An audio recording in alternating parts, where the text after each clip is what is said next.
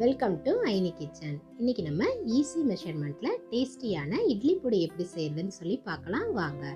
அதுக்கு இன்னைக்கு ஃபர்ஸ்ட் ஒரு 1/4 ஸ்பூன் அளவுக்கு எண்ணெய் எடுத்துக்கோங்க.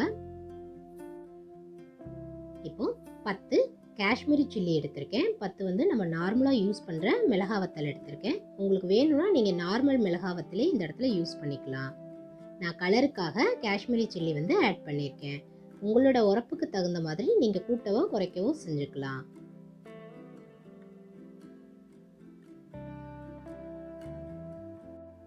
வத்தலெல்லாம் நல்லா வறுபட்டுருச்சு.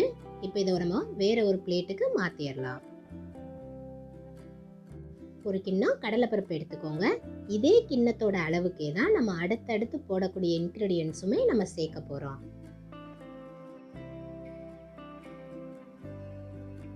அடுப்பை மீடியம் ஃப்ளேமில் வச்சு யூஸ் பண்ணுங்க. இப்போ நான் ஒரு 1/4 ஸ்பூன் அளவுக்கு எண்ணெய் சேர்த்துருக்கேன். ரொம்ப அதிகமான எண்ணெய் சேர்க்கக்கூடாது. ஒரு 1/4 ஸ்பூன் அளவுக்கு சேர்த்தா போதும். கோல்டன் ப்ரௌன் கலர்ல வர வரைக்கும் நல்லா வறுத்து எடுத்துருங்க.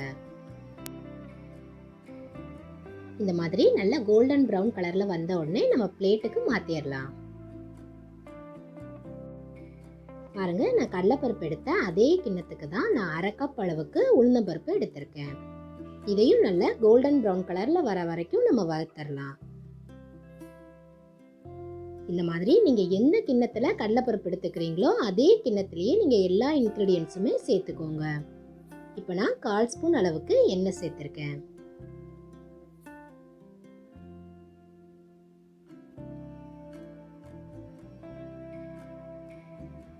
நல்லா இந்த மாதிரி கோல்டன் ப்ரௌன் கலர்ல மாறின உடனே நம்ம பிளேட்டுக்கு மாத்திரலாம்.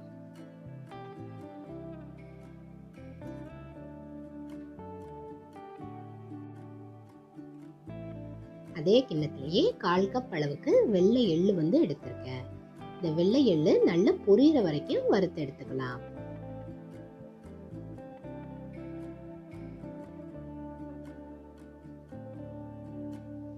பேன் வந்து நமக்கு சூடாவே இருக்கிறதுனால மீடியம் ஃப்ளேம்லயே வச்சிருங்க. நீங்க வந்து ஹைல வைக்க வேண்டாம். இப்போ எள்ளெல்லாம் நல்லா இந்த மாதிரி வறுபட்ட உடனே நம்ம பிளேட்டுக்கு மாத்திரலாம். ஒரு கிண்ணம் கருவேப்பிலை எடுத்துக்கோங்க. கருவேப்பிலையை நல்லா அலசிட்டு தண்ணி எல்லாம் ஃபுல்லா ட்ரை ஆன பிறகு நம்ம இதுல சேர்த்துக்கலாம்.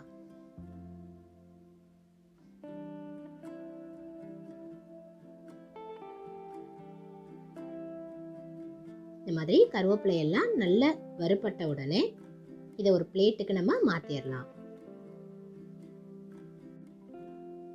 இந்த இடத்துல அடுப்பை நம்ம ஆஃப் பண்ணிடலாம். பேன் வந்து ஏற்கனவே சூடா இருக்கிறதுனால ஒரு 1/4 ஸ்பூன் அளவுக்கு பெருங்காயத்தூளும் ஒரு 6ல இருந்து 7 பூண்டையும் சேர்த்துக்கோங்க. இது ஒரு 5 நிமிஷம் இதுலயே இருக்கட்டும். இது எல்லாமே நல்லா ஆறின பிறகு ஒரு ஈரமே இல்லாத மிக்ஸி ஜார்ல நம்ம இதை திரிச்சு எடுத்துடலாம். தேவையான அளவுக்கு உப்பு சேர்த்துக்கோங்க. உங்களுக்கு எப்படி தேவையோ நீங்க அந்த மாதிரி திரிச்சுக்கலாம். கொரன்னு திரிச்சுக்கலாம். அப்படி இல்லை அப்படின்னா நீங்க நைஸாவும் திரிச்சுக்கலாம். நான் இன்னைக்கு கொரன்னு தான் திரிச்சிருக்கேன். இதை நல்லெண்ணெயோட சேர்த்து பரிமாறும் போது இதோட டேஸ்ட் வந்து நல்லா இருக்கும். உங்களுக்கு இந்த வீடியோ பிடிச்சிருந்துச்சுன்னா ஐனி கிச்சனுக்கு சப்ஸ்கிரைப் பண்ணுங்க. தேங்க்ஸ் ஃபார் வாட்சிங்.